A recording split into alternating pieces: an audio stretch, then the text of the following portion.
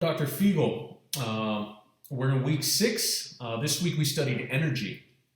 I guess the main question we try to answer is, what is energy?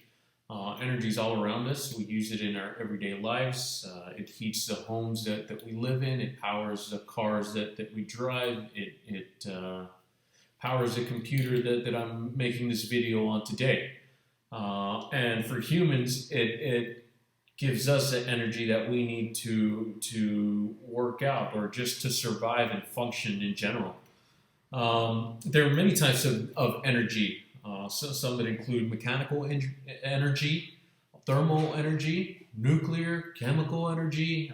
We have electromagnetic energy, sonic energy, and more.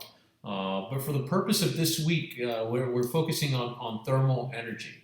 And thermal energy is heat energy. Now, all these types of energies that I just mentioned are categorized into 2 different categories. We have renewable and non-renewable energy. Right. So examples of renewable energy are hydropower, geothermal, wind, solar, all pretty common now. And non-renewable, of course, we have fossil fuels. So let's think of oil, natural gas, and coal, fuels that took millions of years to be made under our feet, under the earth. For our experiment this week, we're comparing the efficiency of 2 different fuel sources, isopropyl alcohol, I'll just call it alcohol going forward, and paraffin wax, or a tea candle. So the isopropyl, the alcohol, is a colorless, flammable organic compound that's commonly used in first aid as an antiseptic. It's also used as a gasoline additive, and also as industrial solvents. Now, paraffins. These are a class of saturated hydrocarbons, and these are typically used in manufacturing of crayons, candles, food, toiletries, and even paints. So, in order to extract the energy from these 2 fuel sources for our experiment today, we're doing so with a process called combustion, right? So combustion is a exothermic process in which the fuel reacts with an oxidizing agent, such as oxygen, to produce the heat, to produce the flame and the energy that we're going to use to warm up the water in our experiment. So without further ado, I'll switch over to our little experiment. I'm with my little assistant again, so we'll check back here in maybe 30 seconds. Hello, Dr. Fiegel. All right, so I've got my assistant here with his safety glasses. We've measured the alcohol first. Now we're doing the paraffin candle. We're gonna see how much, I guess, mass we've lost after we conduct this quick experiment. We've got the timer running now. We've got about a minute 15 left, and then we'll report back. That was fun.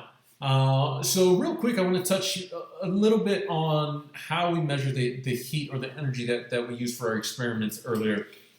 And the heat energy is measured in either calories or joules. So there's 4.184 joules in 1 calorie. So to figure out how many joules are in a calorie, we simply multiply 4.184 times the number of calories.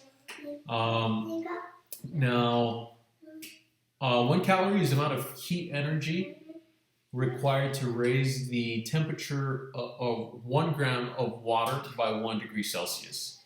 All right, so in our experiment earlier, we measured the amount of energy transferred to the beaker of water from the energy in the 2 different sources. And now we'll go to our results.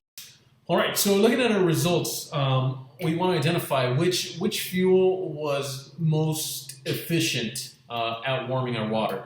So based on our math, we can with certainty say that the tea candle was far more efficient than the fuel canister. The tea candle produced 1,401 calories per gram versus a fuel canister which only produced 399 calories per gram. Now, why is this so? So I guess maybe I'll explain a little bit the differences between the efficiencies of the two fuels that we tested today.